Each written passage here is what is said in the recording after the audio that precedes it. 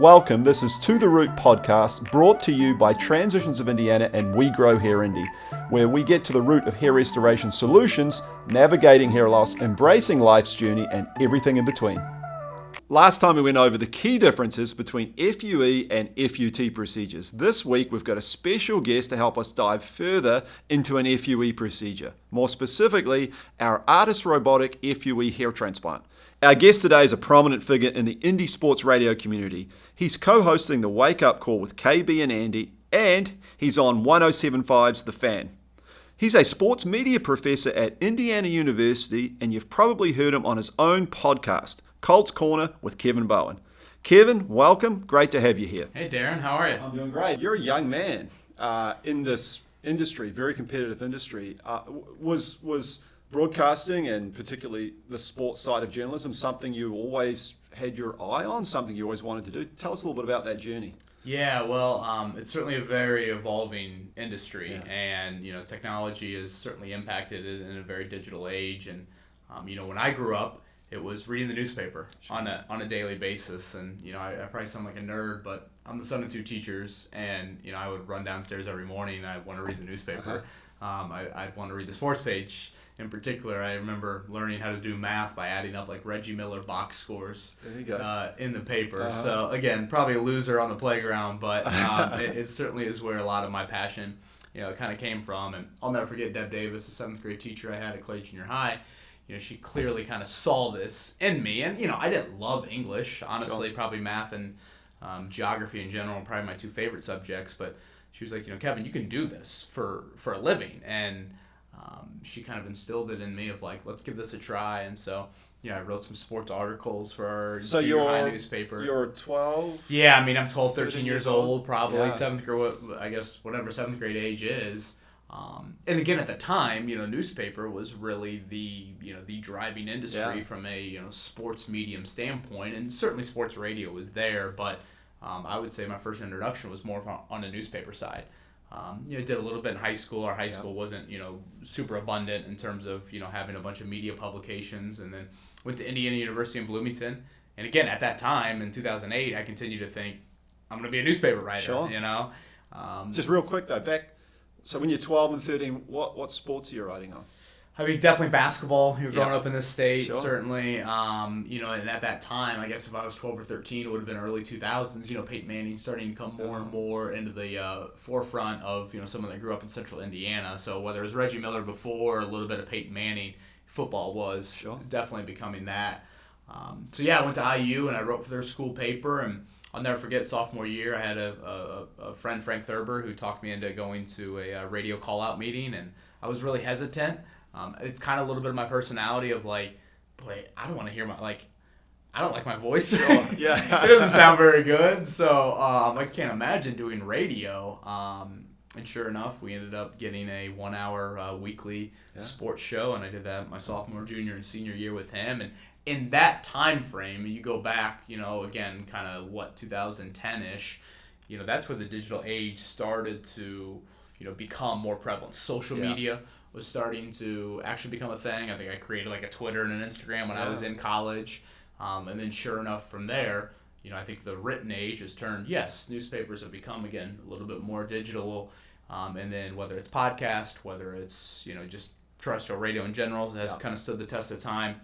But even video and TV, it became a very multi-platform thing. Sure. So traditional radio, in my experience in the 20 years I've been in the country, we worked with a lot of guys that old time guys or old school guys, if you like, that radio back then, the saying "face for radio," they were truly behind the scenes. So you heard them, but you didn't see them. Right.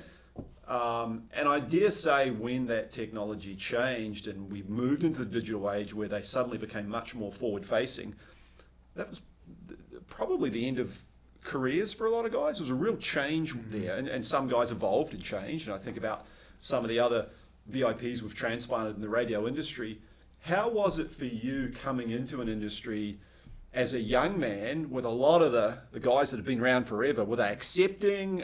How was that? Yeah, I would say in general, just a little hesitant, that whatever older age, and I get it, Sure. we're all traditionalists, I think, at heart, and you do what you're comfortable with. And it's funny, I now teach a class at IU where I went, and the class is a multi-platform journalism class, and adapt or die, I think, is kind of a harsh statement, but I do think there's some validity to it, and I think in our industry, if you're not willing to be multi-platform, and by that it's do some writing, be willing to be on camera, do some audio. I don't think you can kind of survive in this climate because, 10 years ago, us doing a podcast or, you sending out a tweet or, We Grow Hair Indy having an Instagram page never would have been a thought. Right. And now for a lot of people, that's the first interaction with Yep. you. I say often to my students of like, you get to create a free social media page.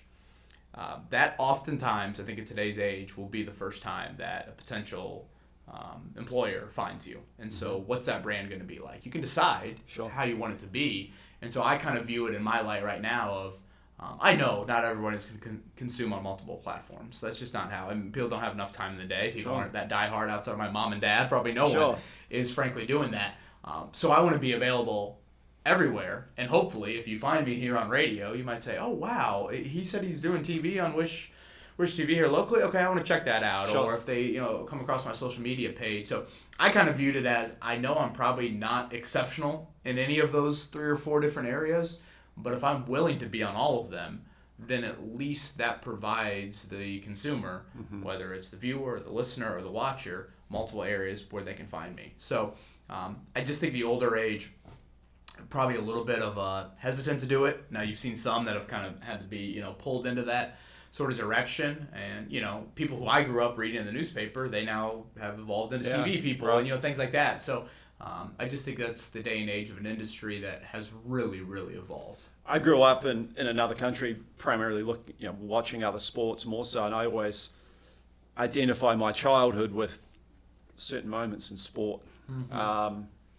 I said to Kevin Bowen, what are the 2 or 3 moments as a child, as a teenager growing up, you go back, wow, I saw that, I was there for that. As someone that works in sports, what are those moments for you? Gosh, boy, I know it's tough, there's a lot of them. This could turn into 3 hours Yeah. if you really let me go here. My first major sports memory is Tiger Woods winning the 1997 Masters. I was 8 years old at the time. I loved baseball and basketball in particular at that time, playing those sports. I thought golf was kind of a loser sport and it didn't look very fun. And here's this 21-year-old kid who's, certainly pretty emotional on the golf course as well, and just made it look fun. Sure. So I would say as a young kid, that probably was super, super relevant. We were very fortunate, my age group, to grow up in Central Indiana, and again, Peyton Manning and Reggie Miller were just monumental to, I think, inspiring young kids. And I've got a 4-year-old daughter and a 2-year-old son right now, and I think of what Caitlin Clark and what Tyrese Halliburton and what Anthony Richardson, could mean to them. And I think it's just fun to have those people that you could look up to. So yeah, I would say, Reggie and Peyton in general. I mean this in all seriousness. I'm not saying this just because I know you got some Butler fandom, but that 2010 national title, just Butler Duke, and at that point I'm in college, but I went to Butler basketball camp growing up. I remember Brad Stevens being the director of the camp at one point, and then to be in our own backyard. I grew up again just north of Indianapolis, and to see Lucas Oil Stadium really turn into kind of a home atmosphere. Yeah. I'll never forget, Gordon Hayward and I are the same grade, so just kind of that whole appeal to it. So I would say probably on the national landscape, Tiger, but here locally, as much as a Colts Super Bowl or a, Jordan, Reggie Miller Eastern Conference Finals moment is up there. I'd probably have to go with that Butler Duke national title. Yeah, there was just something magic about that run. Sure. Coming It's from very New Zealand. Hollywood-like. Yeah, I mean, being a rugby fan and cricket and other sports, that converted me to college basketball. Yeah. And when you see a sporting team where no matter how deep they are into being behind, but they're going to find a way, and there's just a magic there. There was something special about that, and Certainly. I'm still getting over that. I know. Sorry to bring it up. And then the next year. And then the next year, well, that was it's probably the one they should have won. Right. I mean, right, but anyway, we'll move on. At the end of the day, I'm doing something that I love, and I'm not going to let other people tell me otherwise. And it sounds like I can hear it through your voice. The teaching is a passion. Sure. And it's in your blood. Yeah. So, yeah. when you see the young talent coming through and the people coming through in the industry, what do you think? How do you see yourself in those people? Do you? A little bit, but I'm pretty blown away just kind of like how far along they already are at the age of 19, 20, 21 years old. And again, I think a lot of it is the mediums and the exposure they get exactly. at a young age. You know, you can now, which is a blessing and a curse, you can create content virtually anywhere. Yeah. You know, I mean, if you wanted to and you're a young kid, I mean, you don't need much from a basement setup to really get yourself out there on a variety of platforms, which again, I think ultimately is a great thing. You know, I know there are some cons to it, but you know, what I tell my students now is, I mean, you can produce 90% of the stuff for free. And that is a huge, huge benefit to you starting a brand and creating something at a young age. So I would say just in general, kind of blown away by that. I mean, the twinkle in their eye and like, you know, all of that passion and just their joy to come to class every day. Like, I do love seeing that. Career-wise, where do you want to go? Like, what's on your vision board? Yeah. What do you see for yourself in 5, 10, 15, 20 years? Well, I mean, I'm very fortunate to have worked in this market my whole life. And, you know, I don't want to lose sight of that. You know, Indy means so much to me, and the state means so much to me. My wife's family is from here as well. But I also think that, like, what has helped me in the industry is I am so rooted here that I can, you know, talk with you about Butler and something that happened, you know, 14, 15 years ago. But also the Colts and the Pacers mean a whole lot. And, you know, again, I've taken my daughter to several Fever games with Caitlin Clark, and I remember going to Fever games a decade ago, and there's no one in the building. So, you know, it's just having that sort of perspective I think is important. And, you know, everybody thinks, oh, yeah, you just rush to the national market. It's like, well, if I, you know, go to the national market or something, you know, that's not to say that I'm going to have the same sort of, you know, strong brand that I feel like I've helped build here. So I think that's something that I always think about. And just in general, I really think multi-platform is so key. Yeah. I mean, here we are doing an audio podcast that's on video. Right. You know, I mean, everything coincides with it. You've mentioned it several times, Darren. I mean, our show is 7 to 10 a.m. each morning, and it airs on YouTube. Right. So, you know, I do think that appeal to it, and people watching your body language, people kind of getting a sense of that, is something that people enjoy. And I think the video medium in general, it's funny, I do a survey with my class each year at IU of what's your favorite medium, and easily the highest percentage is always video, TV, YouTube, you know, something like that. So I get that, like, our next age of customers, clients, if you will, it's going to be someone that views you a whole lot visually. In the days of necessarily dialing up the radio, it's probably not going to be at that level for the next, 15, 20, 30 years. So, you know, whether it is podcasts, whether it is video form, whether whatever it is, I think as long as you're able to produce quality work, then hopefully you can kind of adapt with the media climate that has, you know, really, really evolved over the years. Well, I think what's also a little bit unique about the Midwest and Indiana, there's still a real strong sense of community and fabric. So whether it's local TV or local radio, there's still a very strong following, whereas I think some of the larger markets, some of that's being lost, that sort of sense of community and value. So, you know, if I think about some of the local mediums here that are still very strong. Yeah. And I think the day we lose that, that's a sad thing. You know? Yeah, and I really, and I mean, I say this, I guess there's a little bias, but I genuinely mean it. I don't think we're going to lose that anytime soon because, to your point, Darren, you know, we're kind of it in terms of, you know, if you go out on a date last night and you're looking at, hey, what happened to the Pacer game last night? What happened to the Butler game? I mean, we're 7 to 10 a.m. live every morning. So, I mean, unless you're coming to us, you're not flipping on SportsCenter. Right. They're not leading off with the Pacers or the Colts or Butler or IU or Purdue. I mean, that's just the reality of where the situation is. So, you know, as in our little sports entertainment bubble, I take a lot of pride in that. I take a lot of pride in realizing that, you know, there are a lot of people that whether if they're working a hardcore 9 to 5, whether they've got 15 minutes in the morning to work or 15 minutes home from work, that might be it, you know, before they become dad, mom, et cetera, or obviously work at the profession that they're at. So, you know, what can we give them? Can we give them something in that commute to work that, you know, hopefully extends past 15 minutes, but at the very least, it just provides a little bit of a reprieve and a break from all the chaos that, you know, is super prevalent in our world. And it's wild to hear stories from people that you wouldn't even imagine. I mean, I've had people reach out, you know, many people from a military standpoint that have been overseas and that have consumed us from a podcast standpoint.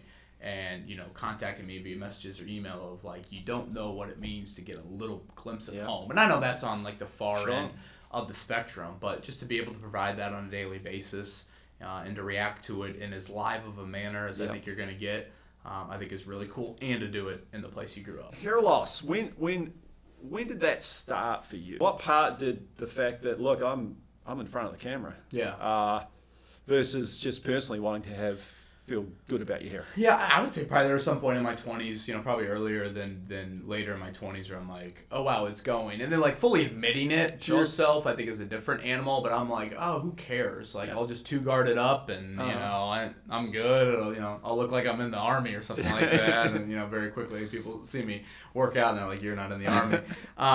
So that was probably a time where, I didn't care as much, but I think once it became like a little bit more of a professional thing, that's when it started to get a little bit more, okay, I really need to look in the mirror as like just all the people it's impacting, not just me personally necessarily, but my family and potentially my kids. And certainly there's an element of confidence as well. When you're in this industry, or even just life in general, where you might not think about it because you don't look at yourself 24/7, 365, but as I really start to look at some of these before and after pictures, I mean, I've said to you so many times just how blown away I am by the difference.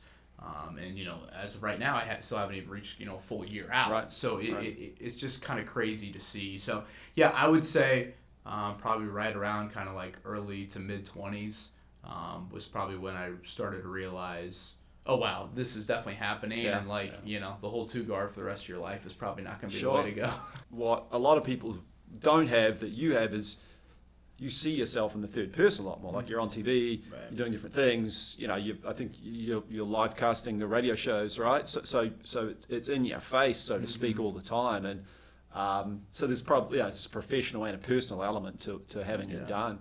If we go back even further and we talk about hair loss in your family, I mean, talk to us a little bit about that, and then moving forward, why hair transplantation, why hair restoration? Yeah, it wasn't abundant in my family. I have an older brother that's 5.5 years older than me, and he's certainly he's got a full head of hair.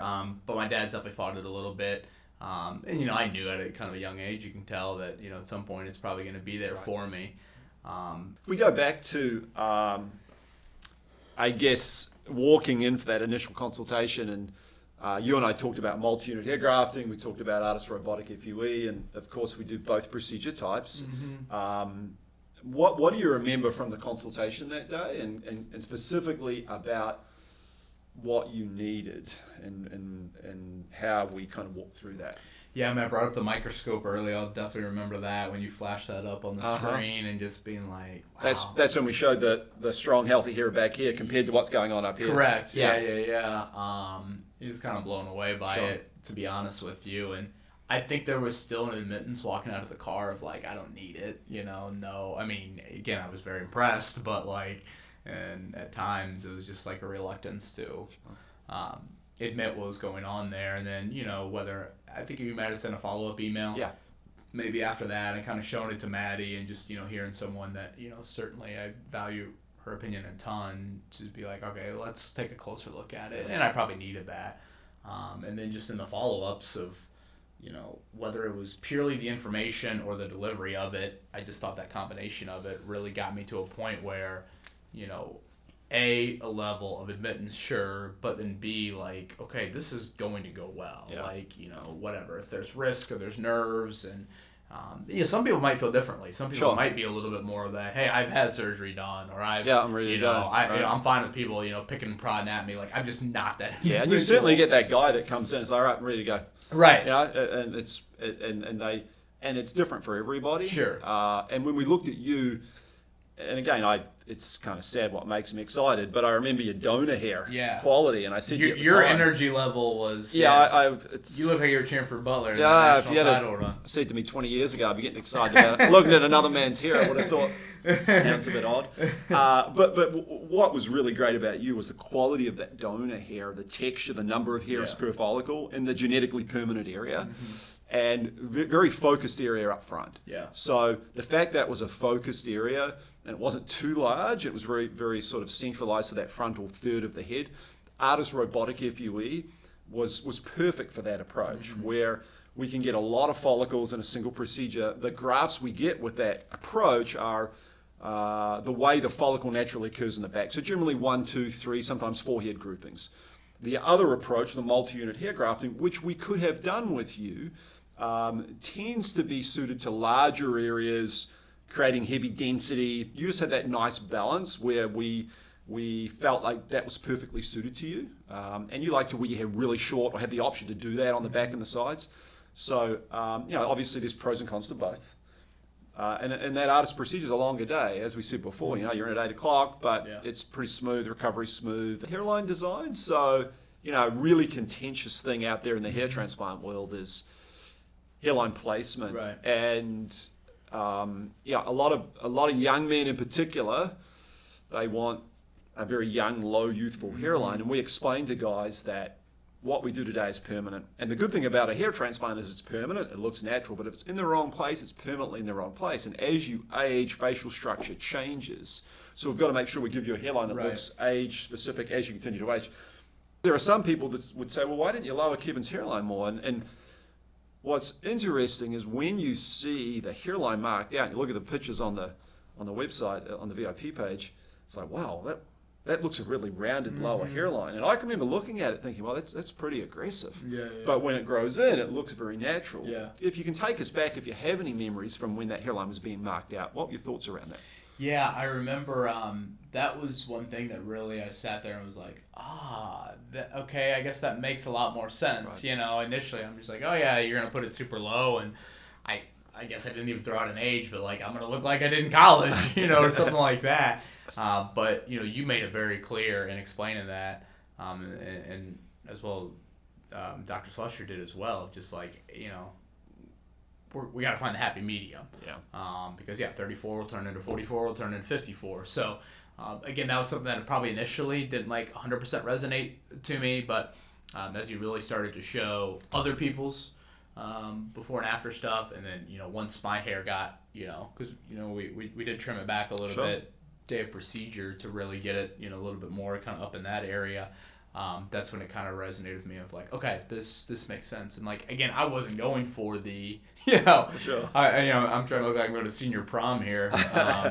And so that aspect, I think made a lot more sense of like, let's just be the guy, coaching your kids at the soccer field. Right. I see some of those hairlines online that get done in places, and I feel like it's an inexperienced clinic that's basically handing a marker to the patient saying, hey, show me where you want your hairline. Yeah. And short-term gratification can turn into long-term distress. If that's not, and a hairline doesn't dominate the facial structure, it complements it.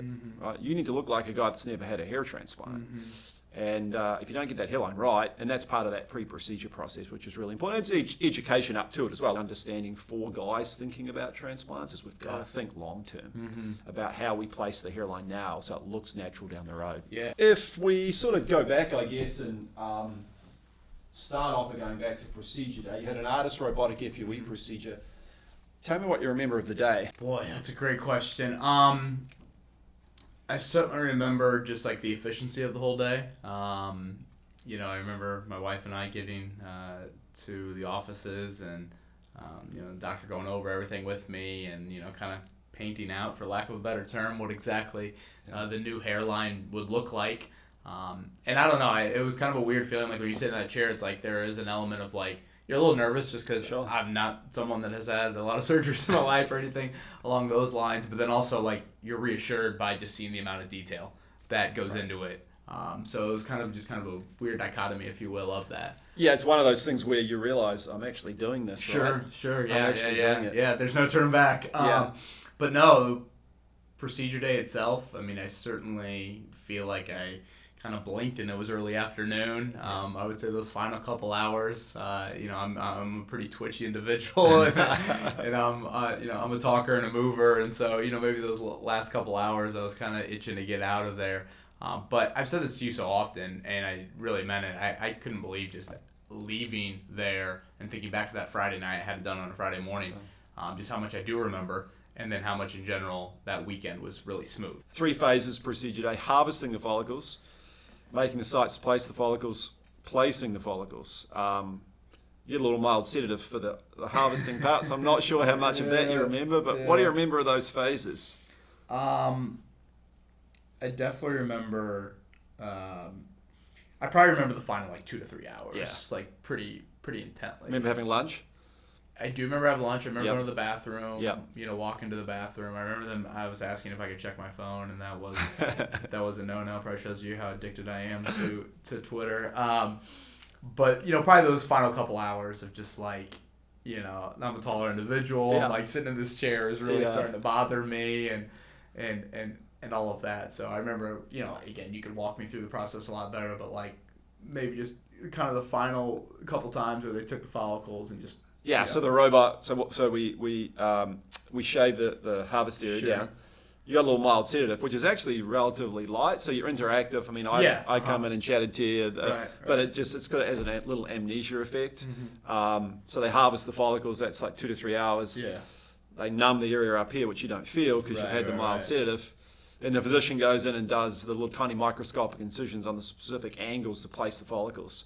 Then you have lunch. Kind of order a sandwich for you, and then most of the afternoon is taking up placing the grafts. Mm-hmm. You can put the TV on while you're up there, and you're chatting away. Mm-hmm. Some of that chat you remember, some of it you don't. Right. The last 2 to 3 hours you've sort of sobered up, for want of a better term. Yeah. And normally done around about 5 o'clock, which I think was the case with you. Yeah. And the doc and the team. What do you remember of the team you dealt with? Feedback on that? Yeah, doc's outstanding. Again, just the diligent nature to the aesthetic of it all, and I don't know. I guess I said at the start of the pod of I felt that nervousness, reassurance, kind of all mixed together. Sitting in that chair at whatever it was, 8 a.m., 9 a.m. on that Friday morning. So I remember I just felt like I was in really good hands, and it's going to be a long day. And again, if that's the thing of people are tell me everything. And when they get to it, they're like, boy, I feel like you didn't have any regrets, or you feel and I'm like, all right, if I'm gonna be brutally honest, it was a long day, and that is probably the one thing that I come back to. But again, in the grand scheme of things, 10 hours for whatever 10 years, it doesn't seem like very much. So that was probably, and I mean, I remember my wife, picking me up, and the kids in the car picking me up, and all of that. I remember. What the kids say? I remember Rosie being like, "Daddy, your hair."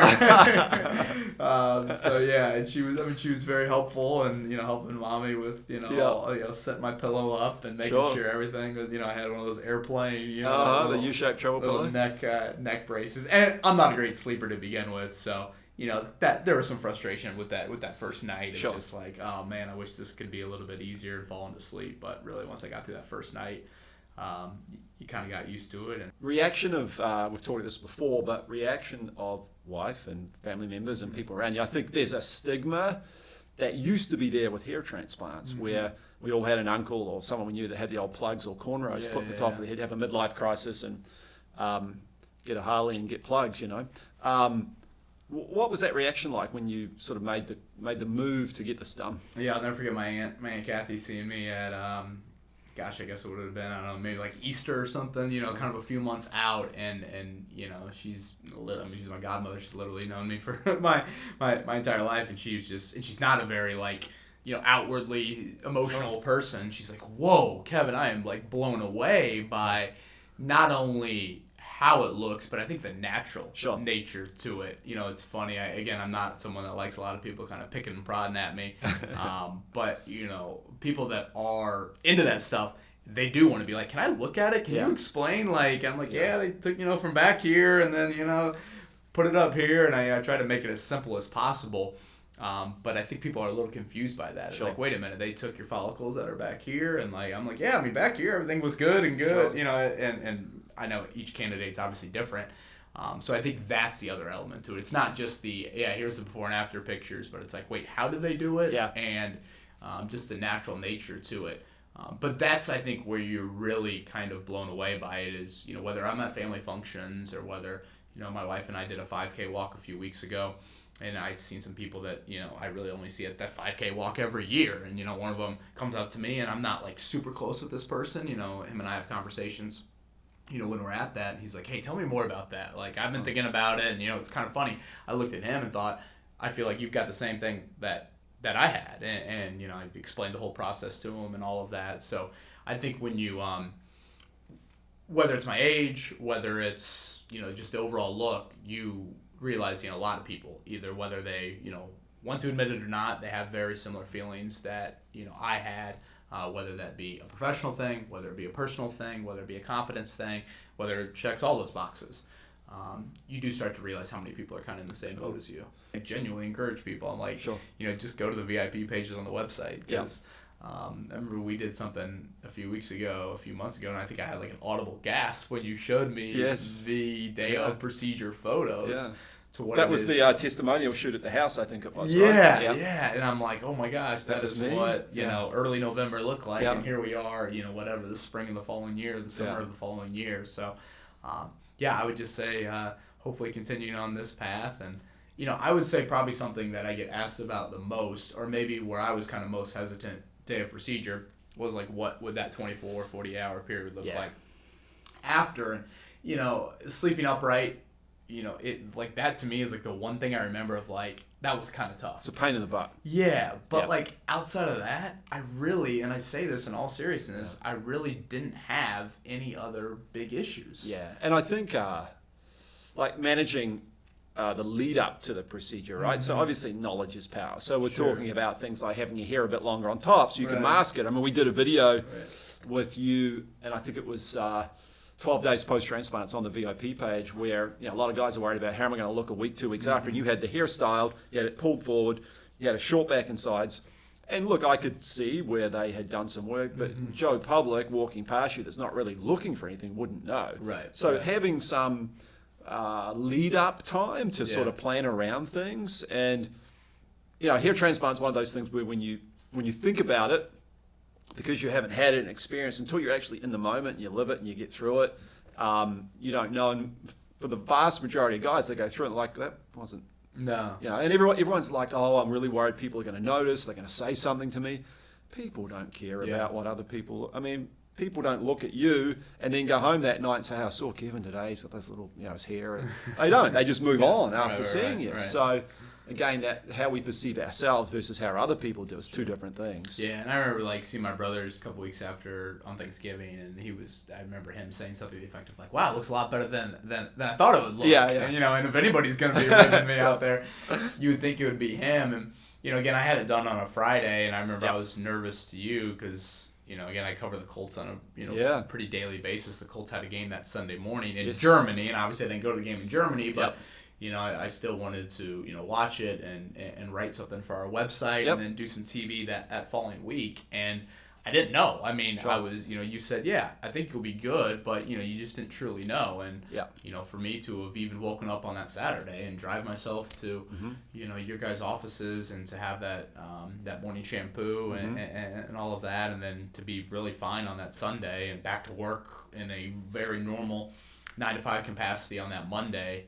It's pretty wild considering procedure day is a long day. Yeah. But to less than really 24 hours later to feel like I was back to my normal self was pretty cool. So just planning and management, right? And we've talked about it before, but I remember the night of the procedure, I was at the Purdue game. Yeah. And you were sending me pictures, and you were sort of talking about your wife,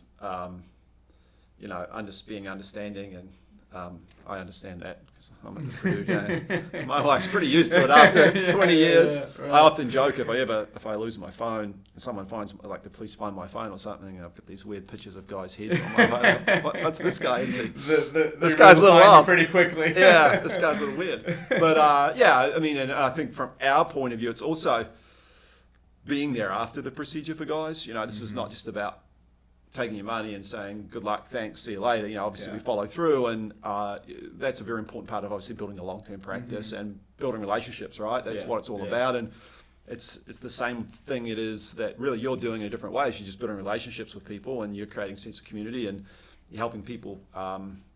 In some cases, it's a distraction from other things that are going on in their life, right? And with hair, if you can look and feel your best, it sounds corny, but good things happen. Guys get their hair back. They walk in for a 4-month follow-up. I had one last week. The guy lost 30 pounds. Yeah. And I said to him, I'm like, oh, you lost some weight? He goes, honestly, he said, getting my hair back was a catalyst to kick my butt, get me up off the couch and go do something. Yeah, that's really cool. You see that all the time. It's kind of satisfying. That's cool. Yeah, I mean, the stories and talking with other people that have gotten it done and hearing similar stories like that. And I would just add one more too. I mean, and again, you could easily say I'm just carrying water here, but like the genuine nature from a relationship standpoint and how you guys inform me of, okay, this is where we think you are from a candidate standpoint. This is what we think you should do. This is what, again, day of procedure looks like. This is what a day, 2 days, 1 month, 2 month, 4 month, et cetera, what that looks like. But doing it in a manner, it's not just like, hey, just go to our website, or hey, just read this pamphlet. You're doing it from a variety of voices. Certainly you were the leader of it, and I greatly appreciate that. But also doing it from all your staff members to the website to talking with people in the office. I mean, that was a huge deal, because I've told you before, I mean, I walked in and I was a little skeptical. I mean, I was not like gung-ho about it by any means. And I would even say, while my wife thought it would be good initially, I don't think she was like, oh yes, right there, you need to be driving to that office right away. No, I mean, it was something that we wanted to talk through, but how detailed you guys were, but doing it also in a very genuine manner, I thought meant a lot. And I mean, I've run into people that have had similar procedures done out of state, out of country, and frankly, I mean, there's some horror stories that you hear. Yeah. So we're pretty fortunate here to have it, kind of in our own backyard. Yeah, thank you. And I think one of the hardest things, I mean, I had it done in 2005, and for a lot of guys, one of the hardest things to do is to say, this actually bothers me. And I'm going to walk into the clinic, so I hear it all the time. Guys come for a consult, like, man, it was hard to walk in today. And I say, why? And they're like, well, as a guy, I'm admitting I can't control this. And I said, well, you actually can control it. Yeah. But the fact that you're admitting to a weakness, which is not, it's not a weakness, but that's the way some people perceive it. Yeah. And if I think back to when we started back in 2005, and I had it said, I'd be, sitting here talking to Kevin Bowen and Jane V had the procedure, and Rick DeMulling, and some guys that you would consider to be pretty manly men, that might not do hair transplants. Barry Krause. Right. I mean, speaking of hard men. Yeah. You guys have some Olympic medalists. Yeah, we do. Rajiv Ram. Raj. I mean, and I think that's where the perception of bettering yourself, no matter how it is, has changed. Yeah. Agreed. And I think that stigma's gone. Certainly. It's gone, which is obviously great. Because everyone wants to look and feel their best. Look, it's been an absolute pleasure. We could talk, hours. I didn't even get into my New Zealand rugby and cricket and stuff. And I thought about texting you during the Olympics. I'm like, I know. I need a little update here. Well, we had a pretty good Olympics. The U.S. women with that bronze medal, with that wild finish there. Yeah, I was going to text you about that. Yeah, I think we ended up with 10 or 11 gold medals. So I think per capita, just under 5 million people. We had a pretty good. Nice. We had a pretty good Olympics. Congrats to New Zealand. We only care that we beat Australia per capita. Ooh. So that's all we care about. That's all that matters. That's all that matters. Right? The cousins over the season. But look, we appreciate you. Appreciate your trust. I know that,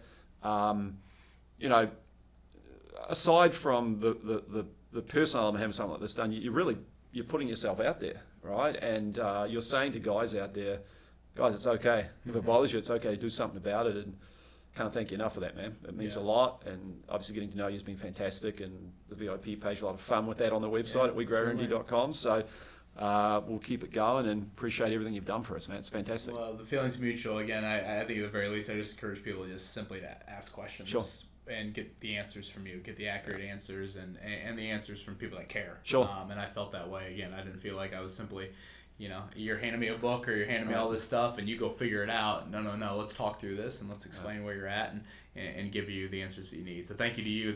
Thank you to your entire staff. Awesome. Outstanding. Thank you. Of course, we couldn't end the pod without a shameless plug. Of course. Sure. I mean, fantastic at what you do. Tell us about it. Where can we hear you? Where can we see you? Thank you. I appreciate that. Yeah, it's the wake up call every morning, 7 to 10 a.m. Right here, 107.5 The Fan here in Indianapolis. So that's where you can catch our daily show. Colts Corner with Kevin Bowen is the podcast as well.